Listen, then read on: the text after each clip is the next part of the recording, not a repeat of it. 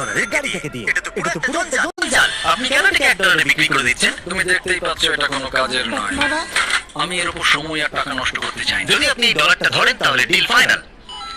আমি এখনো বলবো এটা হলো একটা জঞ্জাল, কিন্তু যখন আমরা এর উপরে $20,000 খরচা করলাম এটা চলতে শুরু করলো। ঠিক আছে, এবার তাহলে ব্যাড বয়কে স্টার্ট করা যাক। ও, আমি তো ভাবিনি এটা স্টার্ট হবে। এই গাড়িটা চলছে কিভাবে? কত ধোঁয়া বেরোচ্ছে! এটা তো পাগলামি। $1 কার, $1 কার, $1 কার, $1 কার।